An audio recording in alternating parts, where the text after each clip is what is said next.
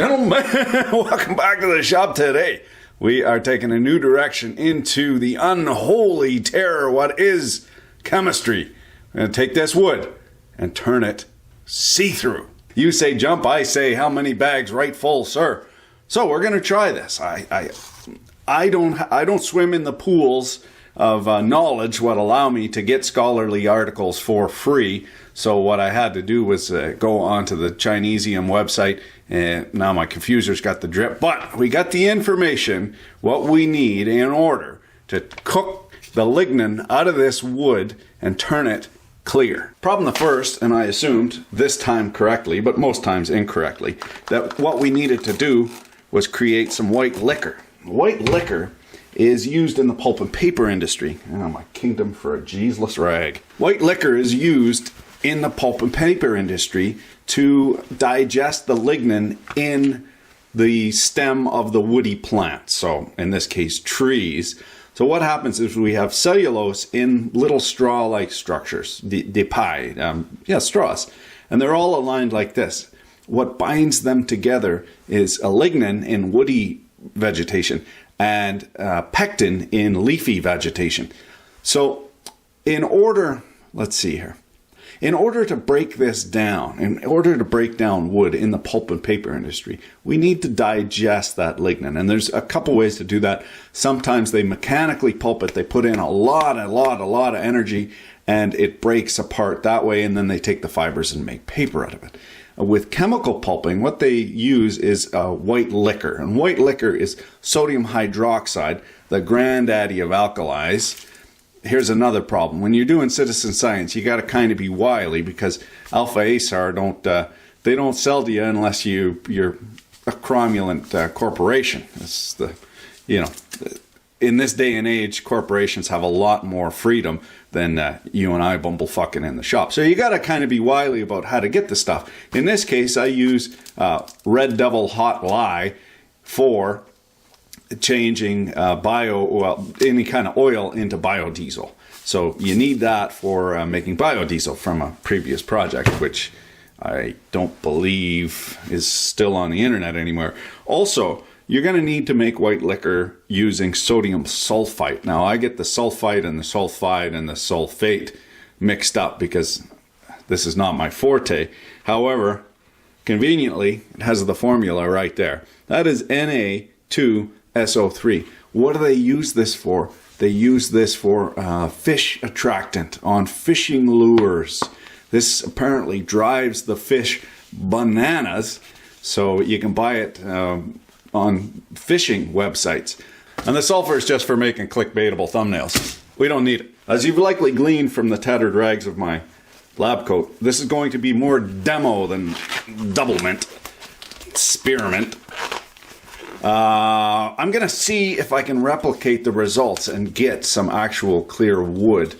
Now, here's the thing. I've read through this whole thing, and pseudoscience articles in, publication rags, they never have the full meal deal. You can never, it's never a proper formula to actually do, a proper procedure to actually get the experiment done. So there's a bit of dicking around. So I had to read through this jeezeless thing like 3 times, and then I did a find on the PDF. I couldn't find what concentrations of these two chemicals in the universal solvent to mix in order to get the desired results. So lo and behold, here they've gone and hidden it right in the pictures. All I needed to do really was just have a look at the pictures and figure out from there what needed to be done. Now we have NaOH 2.5 M.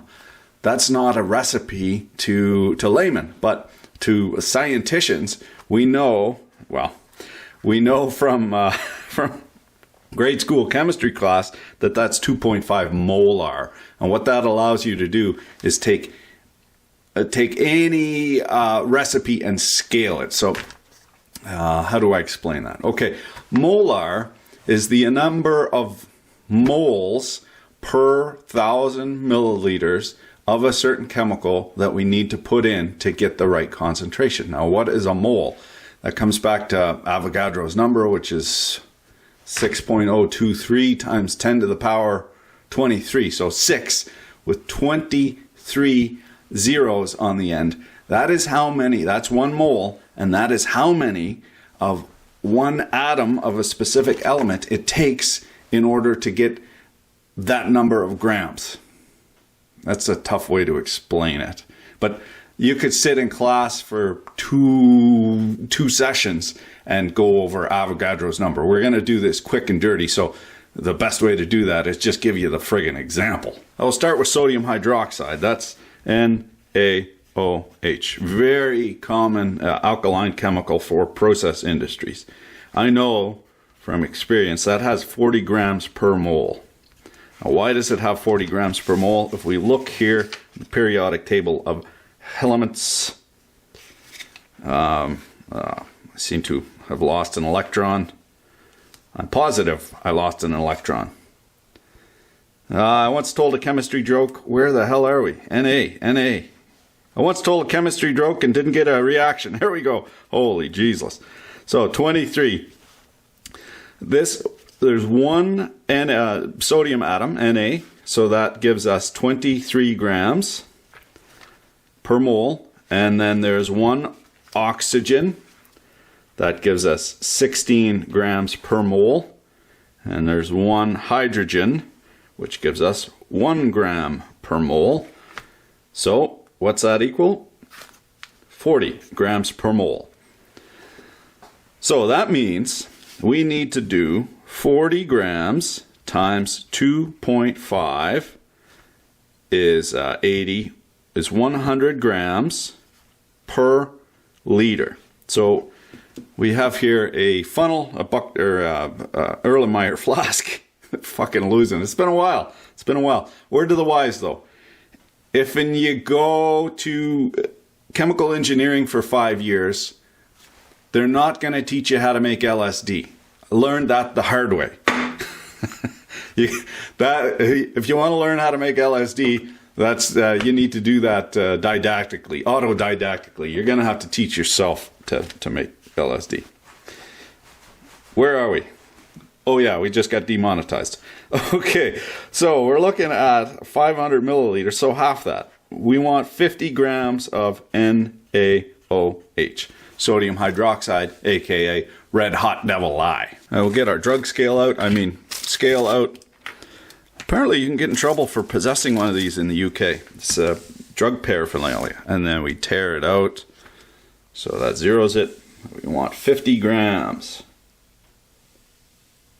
And this stuff is nasty. It actually digests fat. So when you get it on your fingers, it feels really slippery. What's actually happening is it's pulling all the lipids, the fats, out of your fingers, and you're lubricating your skin with your with your own sebum. It's yeah, the stuff is super, super nasty. Now I checked, nitrile gloves aren't necessarily the best, especially when you're dealing with acids. But even if you're dealing with, say, nitric acid, just getting it on there, it gives you a couple seconds to get it off before it. So it's better than just having your skin, but they're still not foolproof depending on what chemical you're using. So if you're doing a new experiment with a very noxious chemical, you got to look at the compatibility of your gloves with the compounds. You got to have the proper PPE. You see here, I'm not much of one for the nanny state telling me when and where I should put on my safety McGlarsis, but in this case, you know, 1 drop of this in your highball and it's good night, Eileen. Okay, so that's the sodium hydroxide in the Erlenmeyer flask. Now we got to go for the sodium sulfite, which is more difficult. Okay, so sodium sulfite is Na2S sulfur oxygen 3. Is that right? Yeah. Okay, so we know that this is 23 grams, so that's 46 grams. Sulfur, don't know what sulfur is under oxygen. 32 grams. Oxygen was 16 times 3 is 32, 48 grams. So it will be around 120, right? 120. That's 40, 80, 126. 126 looks like. I'm not entirely sure about some of this stuff, so I'm going to look it up just to double check, to make good and proper sure. Now, one of the problems we're going to have in the process numero II is hydrogen peroxide, 2.5 molar. That's going to be about 8%, if I'm not mistaken. 8% hydrogen peroxide is hard to get for the home gamer. So what I'm going to do is just use household hydrogen peroxide and just go for a longer amount of time. Oh, look at that. Dead nuts on the money. 126. So now we take the 126 and we're looking for a 0.4 molar solution. So that's, we take that number, 0.4, and we multiply it by 126. Then we have to half it because we're not going in 1 full liter. We're going in half a liter. So we can actually take that 0.4 and half it right off the hop. That's 0.2. 10% of that is 12.6 times 2 gives us that guy. That's the solution. So 25 grams is what we need of this sodium sulfite. This is going to get hotter than a $2 pistol when you add water to it. Bit of a reaction there when it goes into solution. Here's the thing, if you want to watch guys what do this all the time, chemical experiments, there's 2 really good channels, Nile Red as well as Nerd Rage. It's super interesting to me because you see a demo on the TV or in school or whatever, it's always cut and dry, it always works out perfect. Their experiments always have the numbers just so it's perfect. But when you watch guys who are actually doing this, there's a lot of variance. Many a slip, twix, cup and lip. A lot of mistakes are made, or a lot of reactions just don't fucking happen. It just doesn't work the way, the real world doesn't work the way it does in the classroom. And it's super interesting to see these guys struggle through it and make it work. So yeah, highly recommended those 2 channels. We are going to add some universal solvent. It's, in my case, this is tap water, but we have the best water going because it's reverse osmosis filtered. It is better than the distilled water, which you can buy. What you can buy at the drugstore. I have tested that with the high voltage dielectric testing, and the stuff right out of my tap only breaks down, if I recall correctly, only breaks down at like 12,000 volts, and the stuff, the distilled water from the store, breaks down at like 4,000 volts. So yeah, good stuff right out of the tap here. Can of derp. Nothing, nothing, nothing. Now watch this.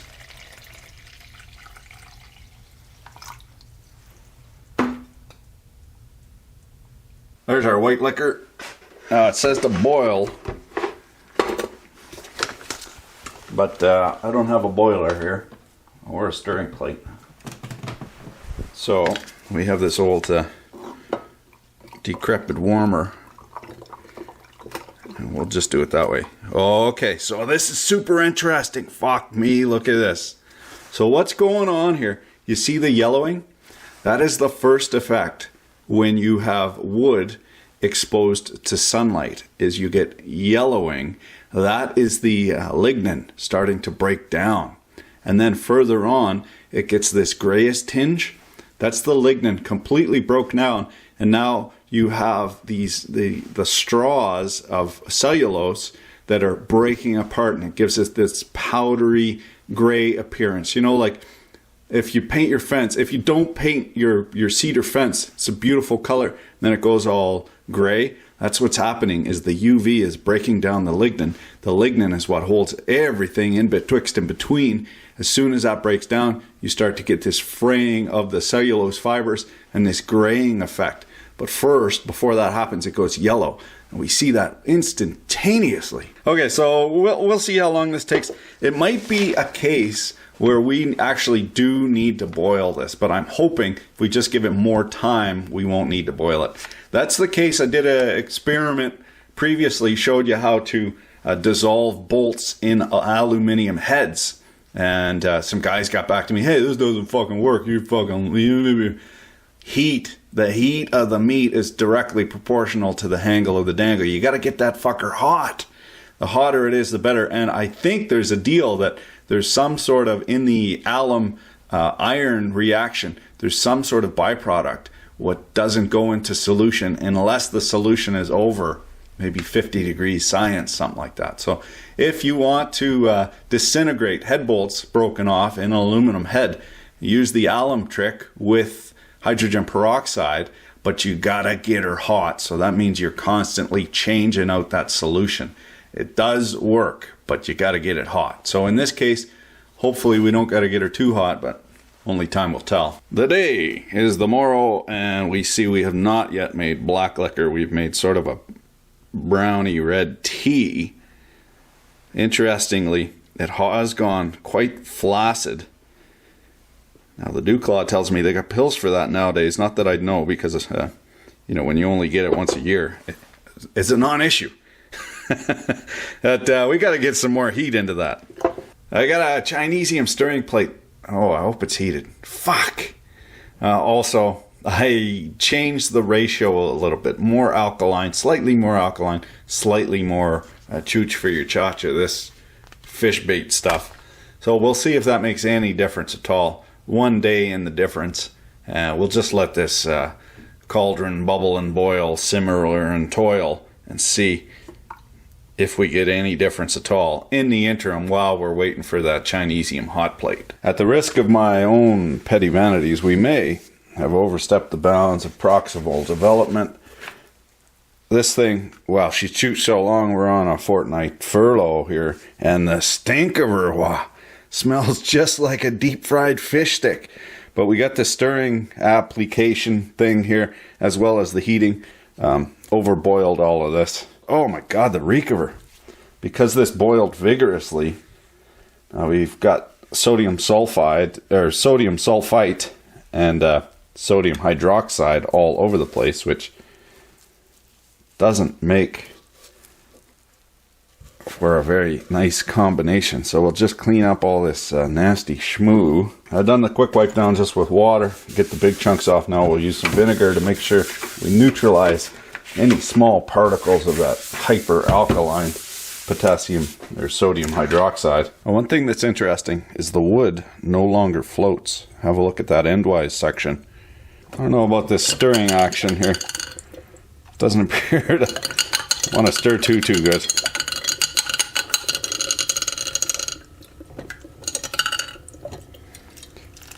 I guess you get what you pay for. This was the cheapest hot plate available. Yes, ça marche mon vieux, des bulles, des bulles. We got some happy little mermaids going on there, some effervescence, so something is a chooching. It is cold here in the frozen shithole of Hoth. However, we got a 150 watt heater in this Chinesium spinema thinger. It just takes a while to heat it up. Already at 16 degrees science. What is that? 62 degrees Frankenstein. It's already doing something. Woohoo! A glimmer of hope. Look at her chooch, boys! The dizzying heights, the crushing lows. So we're on our second bottle of hydrogen peroxide. It's just gone back to the way it was before. I don't get it. I don't know if this is going to work. Okay, they're well and goodly chooched. We wizened them up proper, dried them, and they have shrunkified quite a bit. 930 thou. So there's 200 thou in the difference, almost a quarter inch. That's a lot. And girth wise, yeah, I lost over 200 thou. In millimeters, about that much. So what we're going to do is we're going to try and reconstitute this in epoxy, clear epoxy, for making it see-through. Whether or not we get the desired effect, and I donned the old biatch mittens.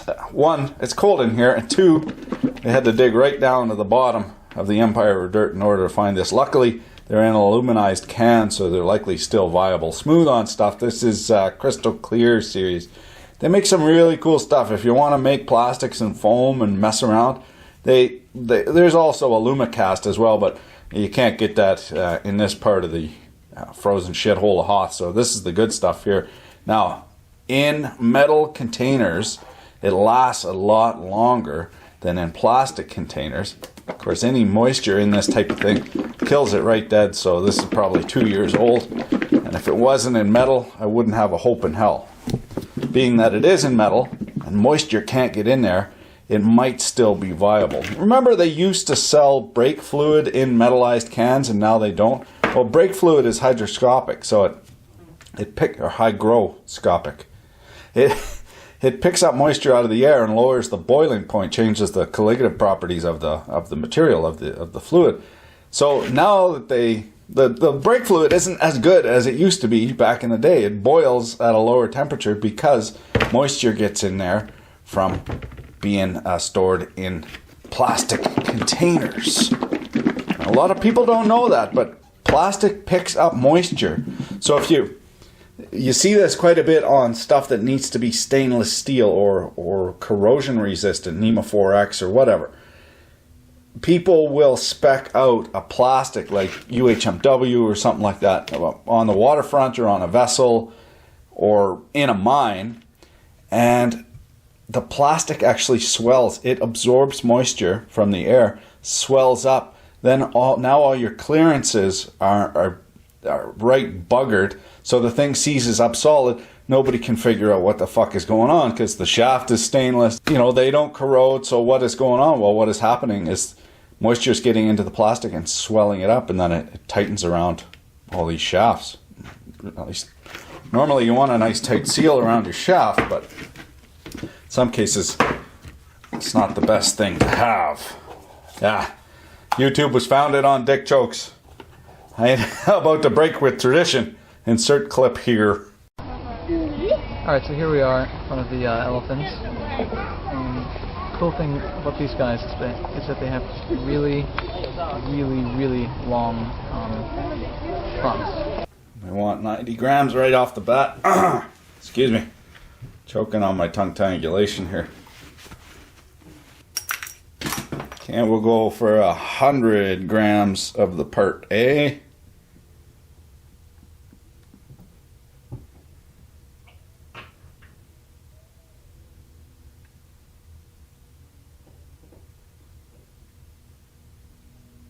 Carefully. Oh.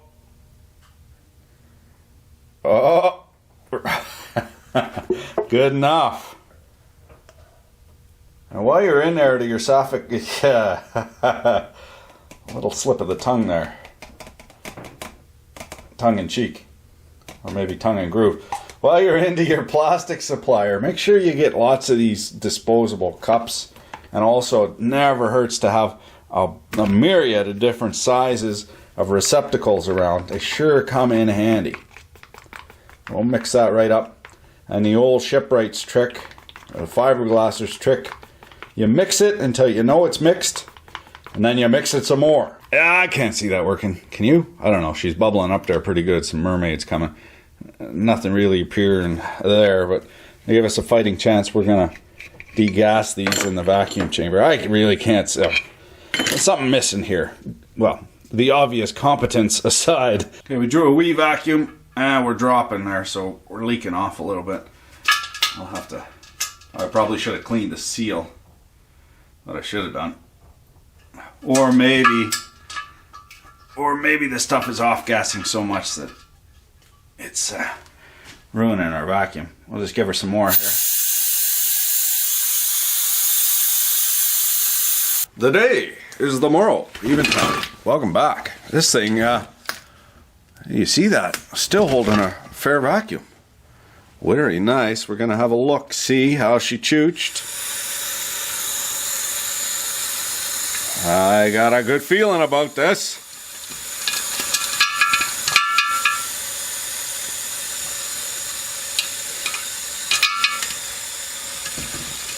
Let this bleed off here. Something disconcerting about a massive pressure vessel with air leaking out of it. It sounds like it, but it's actually leaking in. So, and we got the safety latch on as well.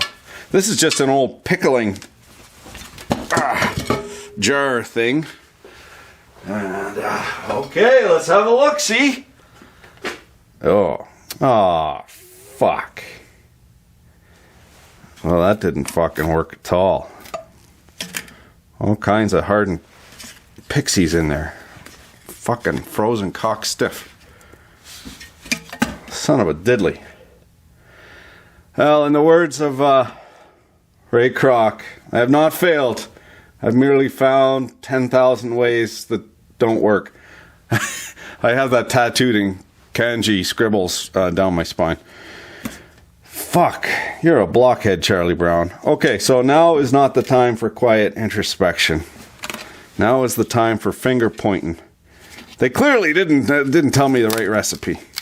Either that or my parsing of said recipe was insufficient. You know, in case anyone was laboring under the delusion that I am a research chemistry scientist, while I do have a white lab coat, it's strictly for LARPing purposes. That didn't fucking work at all. What did I do wrong here?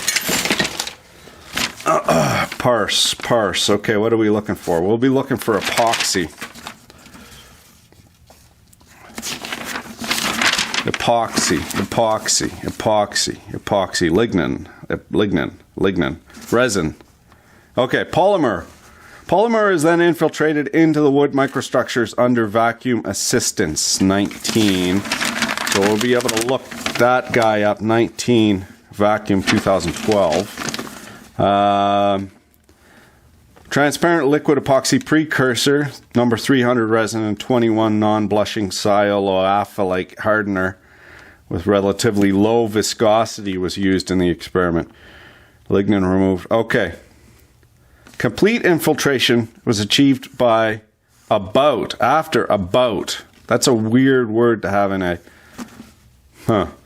Okay, after about 3 times in the vacuum and devacuum cycles. Okay, so let's look into this here. Clearly it was cold in the shop. There was still some moisture in there, so we get lots and lots and lots of bubbles. And it didn't degas. It chooched before it degassed.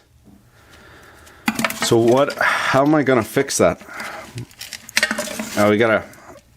And I fucked that watch glass too. That's in there. That ain't ever coming out. Okay, so what did I do wrong here? One, I think the next time we'll try it, and we will try it again. This is ever onward. Ever onward. We have to... Well, tell me what you think in the doobly-doo. Upon sober reflection... You believe that? I got a bridge to sell you. Pretty clear the failure was all mine. Just too damn in a big fucking panic to get her done.